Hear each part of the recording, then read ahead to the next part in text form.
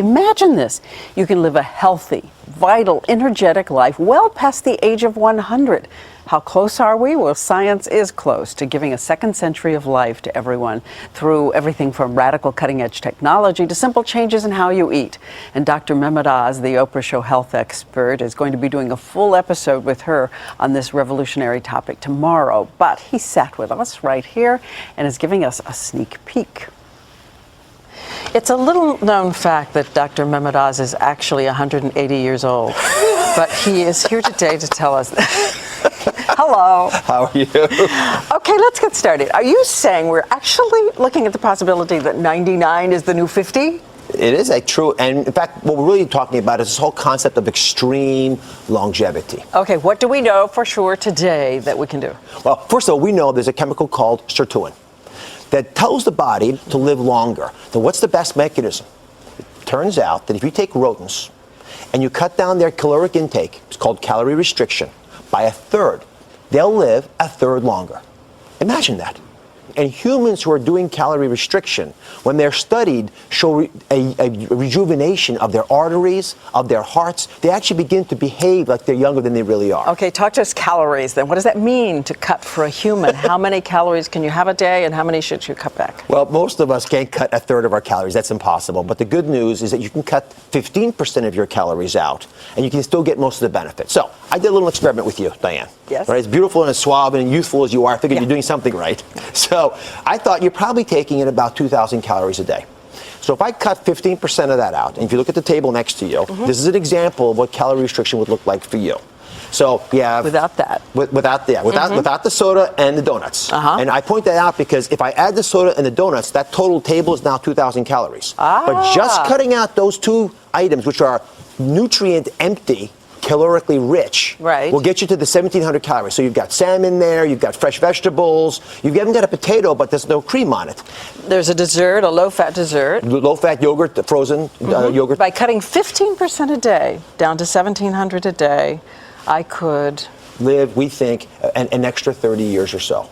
But that same chemical sirtuin can be turned on with other mechanisms. And one of them is one you're going to want to hear about. A lot of folks know that red wine has been purported to be good for you. Well, it turns out that red wine is red because of a chemical in it called resveratrol.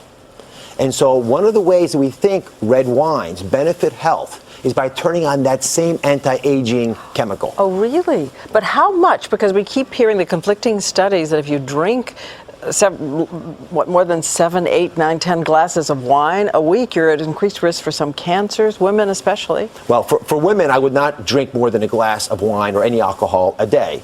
And for men, you can get a little bit more than that. Pills of resveratrol make more sense. But again, I want to warn everybody that we don't have a ton of information about this. In humans, we're not going to for another few decades. But taking proactive steps today could give us that extra longevity. Okay, in the near future, big breakthroughs in living longer. So the big deal for me is to move even beyond things you can do for yourself and talk about what technology can offer to us. I want you to come over. I got a little secret for you. All right.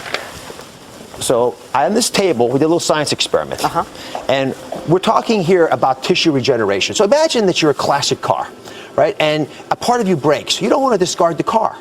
What you really want to do is fix the broken parts. So what does that look like to you?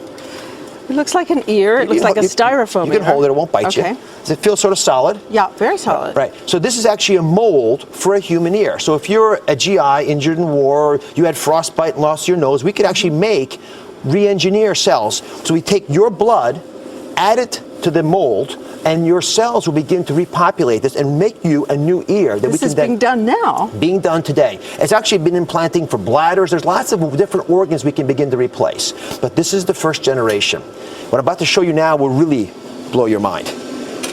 And this is the example. If you hold this, this is a scaffold of an artery made from pig tissue.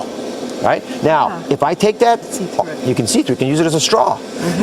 So if I take that and I add a little bit of your cells to it, your blood, and then I put it into a pump so it actually is feeling the pressure that an artery would feel, I can make you a new artery. You see pulse in there?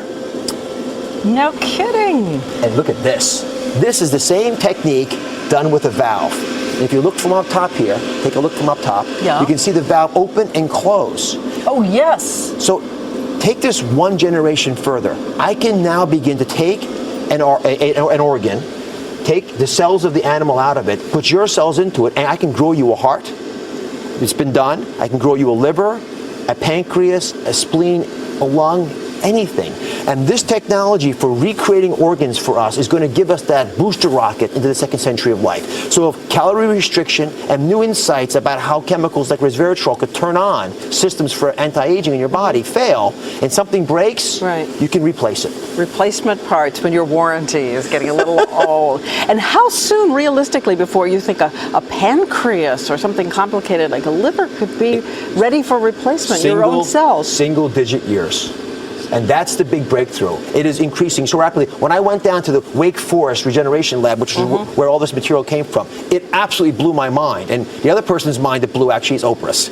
Yeah, that's a pig heart that with all the cells taken out of it. Exactly. Yes. So you would take that pig heart and inject some of your own cells. Take my blood, spit it down, put the cells into this, baste it in that chamber that we showed in the video, and it will slowly grow your own organ back. That is incredible. Don't y'all think that's incredible? To see her just absolutely as fascinated as I was means that this stuff really can capture our imagination. And where our imagination goes, our science will follow. What about replacing a brain? I'm not kidding. Could you grow a brain? Go with that beautiful new body? You could probably grow parts of the brain. So, for example, we could cure Parkinson's or memory loss or spinal columns. But, Diane, you are who you are. And I don't know if you want to have a new infrastructure for that. You probably want the software that you've accumulated. All right. Well, you're going to do more with Oprah tomorrow. We've got lots of cool stuff. We're going to do hyperbaric oxygen, infrared sauna baths, lots of cool things about extreme longevity. It is here. It is now.